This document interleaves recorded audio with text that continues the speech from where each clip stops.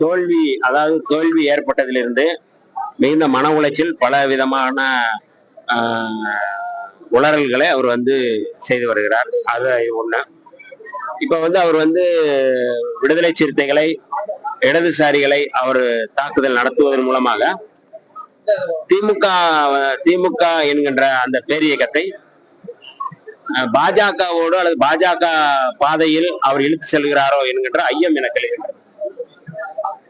ஒரு திராவிட இயக்கம், திராவிட கொள்கைகளை அழுத்தமாக வலிமையாக பேசி வருகின்ற இயக்கம் விடுதலை சிறுத்தைகள் இயக்கம், இடதுசாரி இயக்கம்.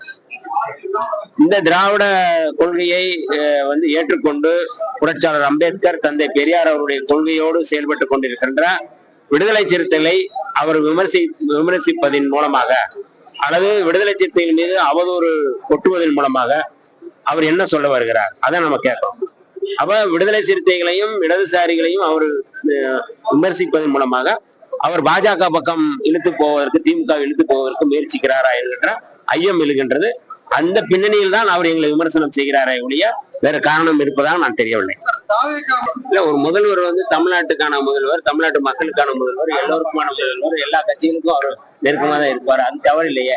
கொள்கை அடிப்படையில அவர் ஏற்றுக்கொண்ட கொள்கையில என்ன மாதிரி செயல் திட்டங்களை முன்வைக்கிறார் என்றுதான் பார்க்கணும்.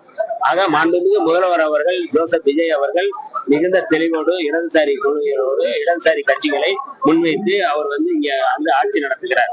ஆக யார் வேண்டுமானால் சமூக நீதி தொடர்பாக, சாதிவாரி கணக்கெடுப்பு தொடர்பாக மரியாதைக்குரிய அன்புமணி ராமதாஸ் அவர்கள் சந்திக்கிறார்கள். தவறு இல்லையா? என்னுடைய கொள்கையும் கோட்பாடும் அதுதான். சாதிவாரி கணக்கெடுப்பு நடத்தணும் அப்படிங்கிறதா என்னுடைய நிலைப்பாடு. அதான் மரியாதைக்குரிய அன்புமணி ராமதாஸ் அவர்கள் சொல்றாரு. அதனால சந்திப்பது தவறு இல்லையா? நெருக்கம் காட்டுவது தவறு இல்லையா?